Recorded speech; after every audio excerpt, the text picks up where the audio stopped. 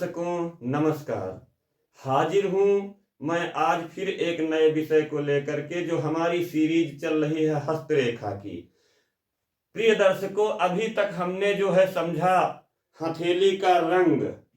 जैसे हमने बताया कि गुलाबी रंग की हथेली का क्या फलादेश होता है, लाल रंग की हथेली का क्या फलादेश होता है, गहरा लाल एवं काले रंग की हथेली का क्या फलादेश होता है, नीले रंग की हथेली का क्या फलादेश होता है, दाग धब्बे वाली हथेली का क्या फलादेश होता। अभी तक हमारी यहाँ तक बात हो चुकी है।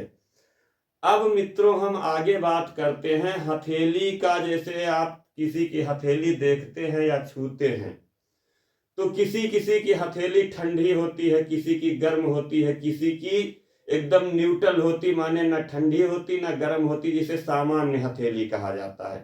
तो प्रिय दर्शकों, आज हम बात करते हैं ठंडी हथेली की। यदि आप किसी की हथेली को छूते हैं और आपको छूते ही एहसास होता है, एक तो मौसम की ठंडक होती है, वो तो अलग होती है कि आजकल मान लीजिए सर्दियां पड़ रही हैं, सर्दियों में तो आप किसी की भी हथेली छुएंगे तो वो ठंडी महसूस होगी। कोई चल करके बाहर से आ रहा, वो भी हथेली ठंडी महसूस होगी। लेकिन एक व्यक्ति अगर सामान्य बैठा हुआ है और ठंडक से नहीं आ रहा, उसकी हथेली यदि ठंडी आपको मिलती है, या देखते हैं किसी किसी को जो है रजाई के अंदर, ठंडियों में भी रजाई में जाने के घंटों बाद भी उसके हाथ पैर गर्म नहीं होते हैं, तो ये फलादेश उन व्यक्तियों के लिए है जिनकी हथेली हमेशा जो है ठंडी रहती है, छूने पे हमेशा ठंडी महसूस होती है। तो प्रिय दर्शकों, जिनकी हथेली ठंडी रहती है उनमें एक तो रक्ताल्पता पाई जाती है। रक्ताल्पता माने जो है हीमोग्लोबिन की कमी या खून की कमी जिसको कहते हैं। दूसरी, जब रक्ताल्पता होती है, खून की कमी होती है, तो इनमें निम्न रक्तचाप यानी लो बीपी भी पाई जाती है। ऐसे व्यक्ति जो है लो बीपी के मरीज होते हैं।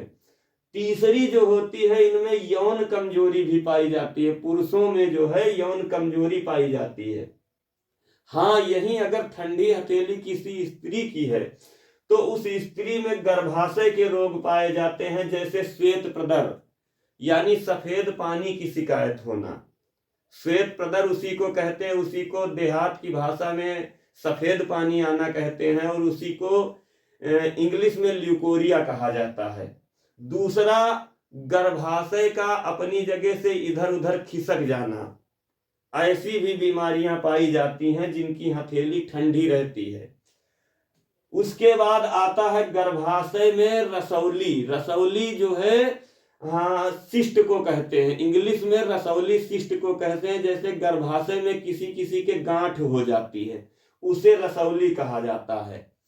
ऐसी महिलाओं या पुरुषों में बहुमूत्र की शिकायत भी पाई जाती है। जैसे आपने देखा होगा कि बहुत से लोग एक घंटे में 2-2, 3-3 बार पेशाब करने या मूत्र त्याग करने के लिए जाते हैं, तो ये समस्या भी इन लोगों में पाई जाती है जिनके हाथ हमेशा ठंडे रहते हैं। हाँ, बहुमूत्रता जरूर होती है, लेकिन मधुमेह इनमें नहीं होता है। मधुमेह की बात नहीं हो रही है। एक तो बहुमूत्रता जैसे बार बार पेशाब का आना जो है वो मधुमेह का भी लक्षण है, लेकिन ऐसे लोगों में मधुमेह की बात ना करके हम जो है रक्ताल्पता, ठंडी हथेली एवं बहुमूत्र की बात कर रहे हैं। तो प्रिय दर्शकों, हमारे द्वारा दी गई जानकारी आप लोगों को कैसी लगी? अगर अच्छी लगी तो आप लोग हमारे चैनल को लाइक कीजिए, सब्सक्राइब कीजिए एवं कमेंट कीजिए। जो आप लोगों के विचार हैं वो इनबॉक्स में आकर के हमें सुझाव दीजिए कि हम किस विषय पे